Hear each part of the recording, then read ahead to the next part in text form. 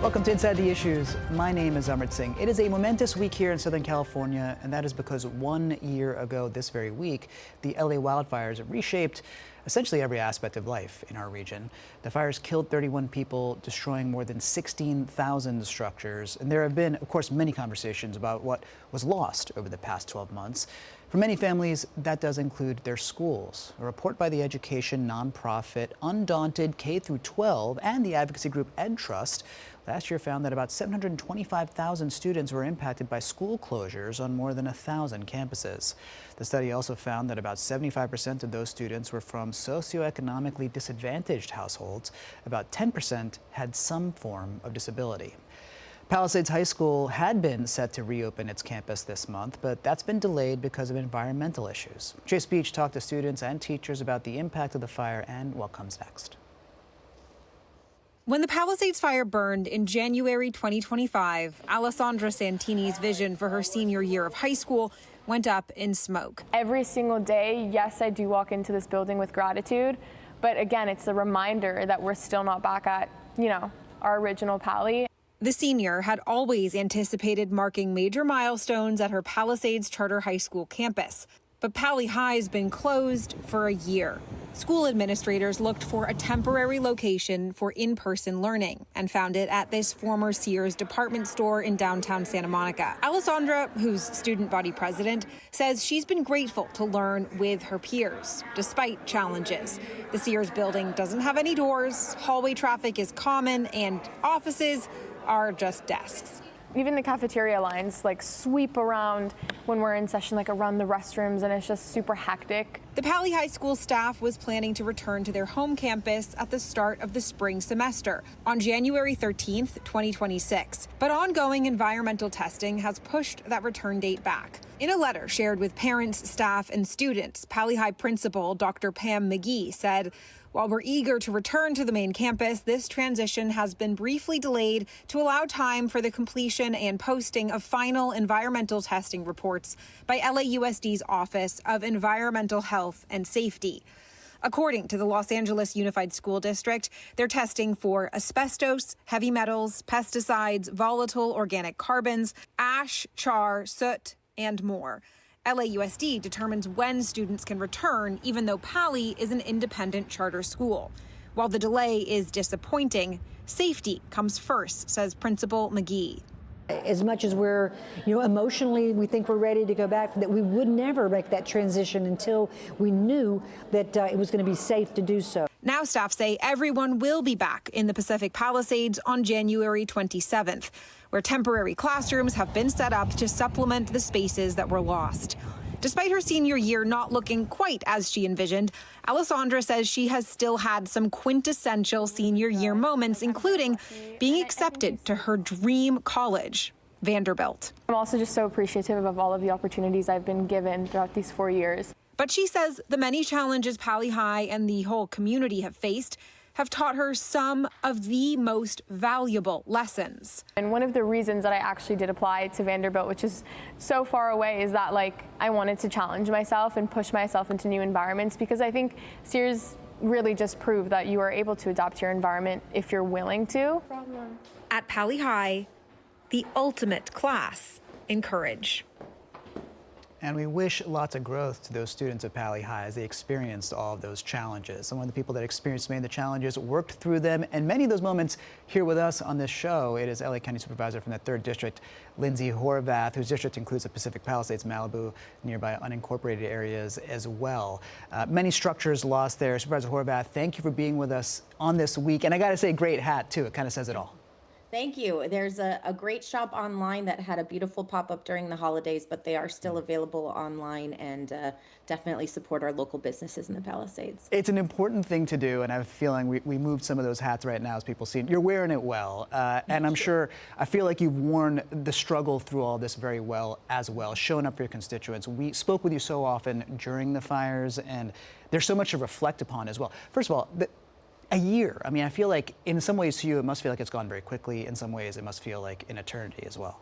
It is sort of both. And I was with Secretary Omashakin today from the state, transportation, of course, we were in Topanga, and then we went up to Malibu, looking at progress that's being made from a Caltrans perspective, and still the challenges and infrastructure that we're facing after, the recent weather that we've been enduring. So as we think about, what we do next, it's important to remember that a lot of work has been done, and I'm grateful to the people who have done it. But until our residents are home, until our businesses are back up and running, until people feel like that community is back, we've got a lot of work to do.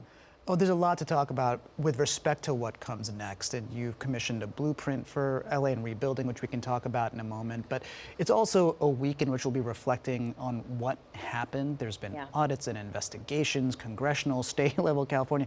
There's also the city looking into some of LAFD's moments from staffing and pre-positioning and reservoirs that may or may not have been online. I mean, what's your big takeaway with respect to the crisis, the management of it, from these investigations and what else you've heard and seen? Yeah, well, I think the big issue is people want accountability. And that means they want answers to the questions that they've been asking now for almost a year. It was, fully my expectation that we would have had a combined after action reporting process with the city. And we know the city declined to participate with the county's report. Which it's just challenging on many levels, not the least of which is people can't heal when their questions are left unanswered. And I know my team has been calling out to our residents in the unincorporated area of the 3rd District, where we are leading the effort in recovery, speaking with residents in Sunset Mesa and Santa Monica Mountains areas. And they want their questions answered. They're not going to rest until they fully understand what happened, how we got here, and what we're going to do differently to make sure that it's a community that's safe for them to return to. Yeah, I mean, people are putting the pieces back together of their lives, and in part that means rebuilding from the ground up, and there's so much to talk about with rebuilding. I suppose first and foremost, let's talk about the pace of rebuilding. I'm looking at the dashboard here. This may be the most recent data. Tell me if I'm reading it wrong, but I'm seeing roughly 37 permits issued of 635, or 206 rather, that are applied for in the unincorporated area of the Palisades, which is a percentage which is sort of in line with the larger county. And people compare that to previous fires and they think about this pace now. What's your take on how we're doing with issuing those permits? I'm hesitant to say that we're moving rapidly because I know for many people it doesn't feel like that, and I don't want them to hear something from me that doesn't resonate with their experience. But the truth is, not only are we moving faster than we have in LA County and a recovery process on fires, we're moving faster than just about any disaster that this country has seen.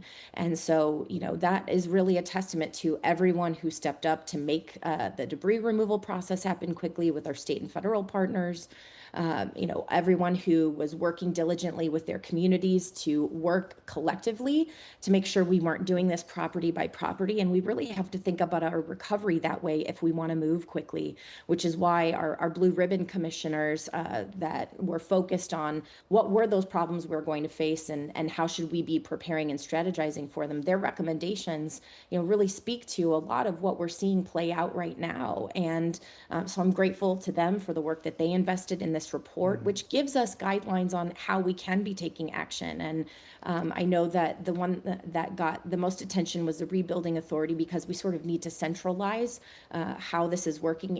In the 3rd District, of course, we have 3 different jurisdictions who are leading what recovery looks like, and that can be confusing for people who just want us to be coordinated for them.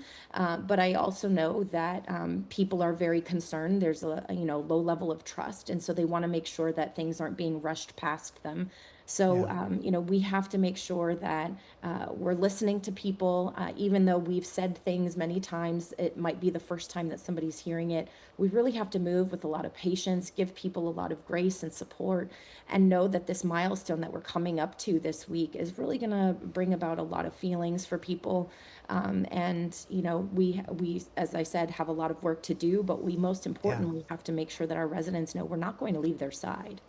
The Blueprint for Rebuilding, which you in part convened this commission in conjunction with some of the research and input from UCLA, in part one of the proposals to establish a resilient rebuilding authority, also to create a fire control district with permanent funding for these sorts of issues and the crises that we've seen. When people hear about these recommendations, what needs to happen to see some of these things come to fruition on a county level? Well, one of the things that we've already done is put together our disaster recovery financing district.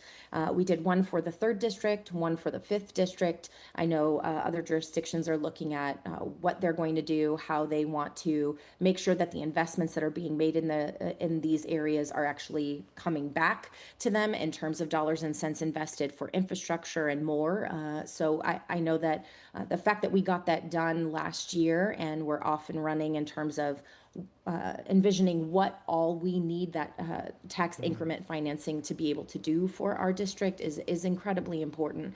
But we have a lot more work to do, making sure that the coordination happens. I know our Sunset Mesa residents, part of the beauty and charm of their neighborhood was everyone having a view into the ocean. And so I know that the neighborhood association is working hard to make sure that those CC&Rs are being adhered to as buildings are being rebuilt. But I also know that we were happy that we had at least one family who was able to rebuild and be back home for the holidays just this past month. And we expect to see more progress in the months ahead, working very closely with our residents to make sure that we're meeting their expectations. And Supervisor Horvath, I know this is a week where there's a lot of feelings, a lot of reflections. You'll be very busy. We all will be thinking about what happened and the ways in which we can move forward. You, in part, are commemorating all of this with a community picnic at Pepperdine. Just tell people about it this weekend, especially because people want to get together and to really talk about what happened and what comes next. Absolutely. I think one of the things that we really need to do better is create space for community to share, to tell their stories, to know that they're being heard in community, and to allow that process of healing to happen in part by grieving, but in part by also reconnecting with the people who are longing to be back in community with each other in that physical space.